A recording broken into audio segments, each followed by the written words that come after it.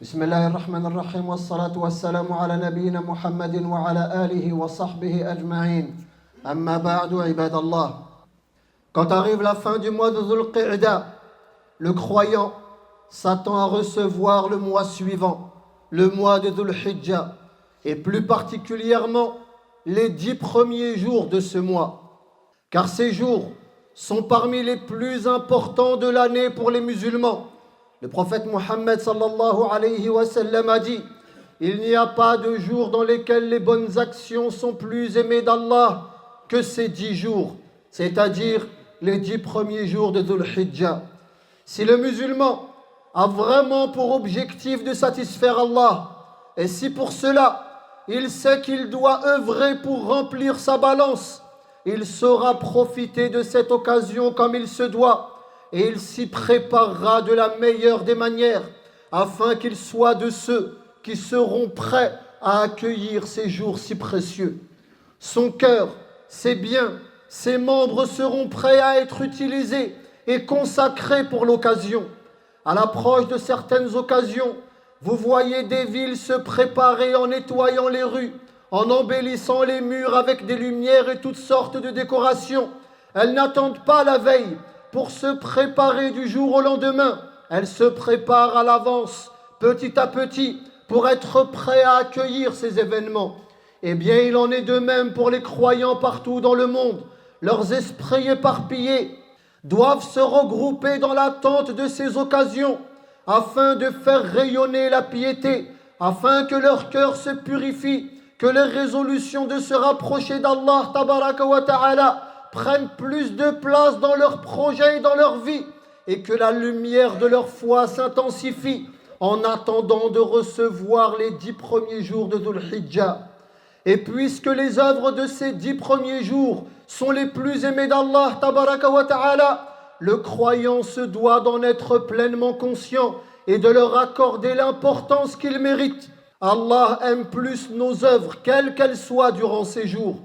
Allah aime plus nos œuvres, quelles qu'elles soient durant ces jours, qu'il a choisi pour manifester sa miséricorde et sa générosité envers nous en multipliant la valeur de nos œuvres. Et aimer ce qu'Allah tabaraka wa ta'ala aime est une marque de foi sincère. Ce qui est important pour Allah et ce qu'il a mis en valeur doit être important pour le croyant, et le croyant doit le mettre en valeur. Alors ces jours qu'Allah aime, le fait de les aimer, c'est manifester notre attachement à sa volonté.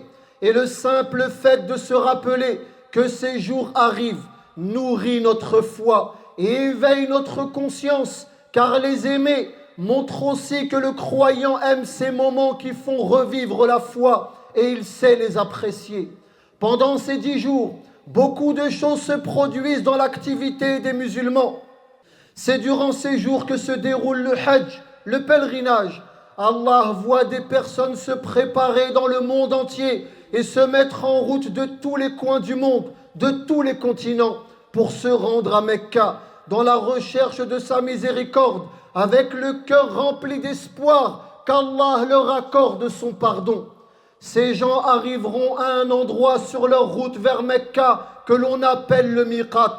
Alors ils marqueront une pause pour se préparer sincèrement, le cœur plein de vénération. Ils se mettront en état de sacralisation et porteront les vêtements des pèlerins que l'on appelle al-Ihram. Puis ils reprendront la route pour finir le voyage vers Mecca en récitant Labbaik Allahumma Labbaik, ô Allah, je viens vers toi, répondant à ton appel obéissant.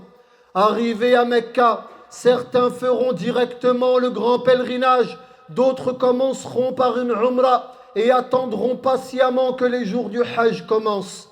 Alors viendra le 8e jour de Dhul Hijjah, dans lequel certains pèlerins iront dans une région de Mecca que l'on appelle Mina.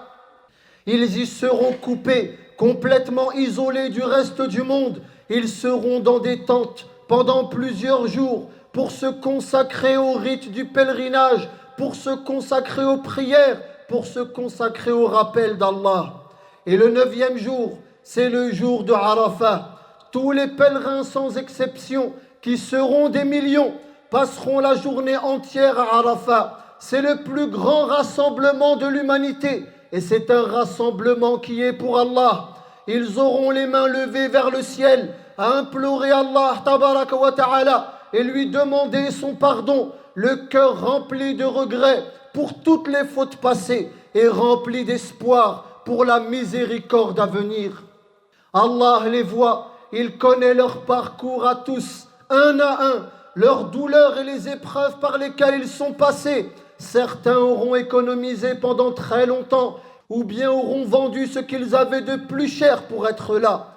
Il voit ce qu'ils ont dépensé, les efforts qu'ils ont fournis. Mais pourquoi tous ces efforts? Pour rien d'autre que son pardon, pour rien d'autre que la recherche de sa satisfaction. Ce jour-là, Allah se vante des gens de Arafat et il dit aux anges du ciel: regardez mes serviteurs, ils sont venus à moi ébouriffés, les cheveux décoiffés et pleins de poussière de toutes les contrées du monde. Témoignez que je leur ai pardonné. Puis les pèlerins se déplaceront de quelques kilomètres pour aller à Muzdalifa, où ils passeront la nuit dehors, à dormir à même le sol, en attendant le lendemain, le 10e jour, le jour du sacrifice, le jour de la lapidation de la grande stèle, le jour du tawaf à la Kaaba, et tout cela sous le regard d'Allah tabaraka wa ta'ala. Le pèlerinage bien effectué sera une occasion pour eux d'être complètement purifiés des erreurs passées et de revenir sans péché à se faire pardonner, comme le jour où notre mère nous a enfantés. D'autres croyants, eux, dans le monde, pendant ces 10 jours, ne seront pas venus faire le pèlerinage, mais ils savent que les œuvres de ces jours sont les plus aimées d'Allah. Alors ils saisiront cette occasion et Allah à travers le monde les entendra multiplier le dhikr, les verra lire le Coran, donner des aumônes, multiplier les prières, jeûner et toutes les œuvres qui seront pratiquées pour lui subhanahu wa ta'ala.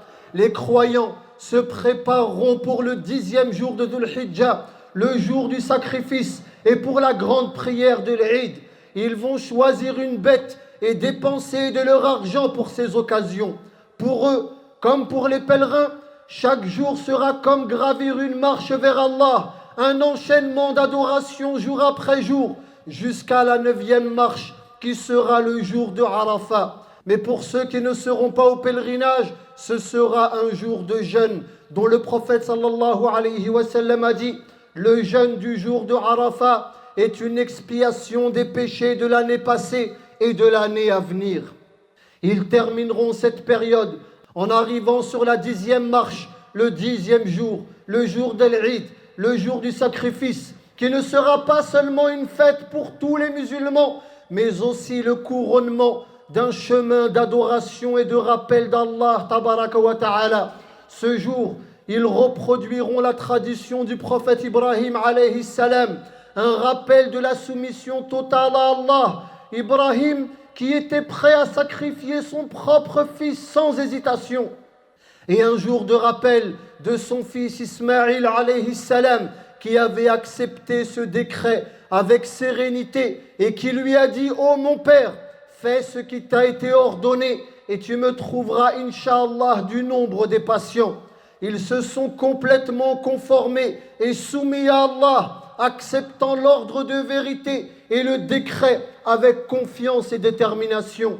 Ces 10 jours, ibadallah, seront pour chaque musulman à travers le monde des actes individuels et une relation personnelle avec Allah, mais chacun sera additionné à un autre pour devenir une umma entière qui se met en adoration alors qu'Allah tabaraka wa ta'ala les regarde, et qui viendront chacun de leur côté pour se regrouper le jour de l'Eid en disant le takbir pour la prière en commun, tous debout, inclinés et prosternés, puis ils se lèveront pour offrir leur sacrifice.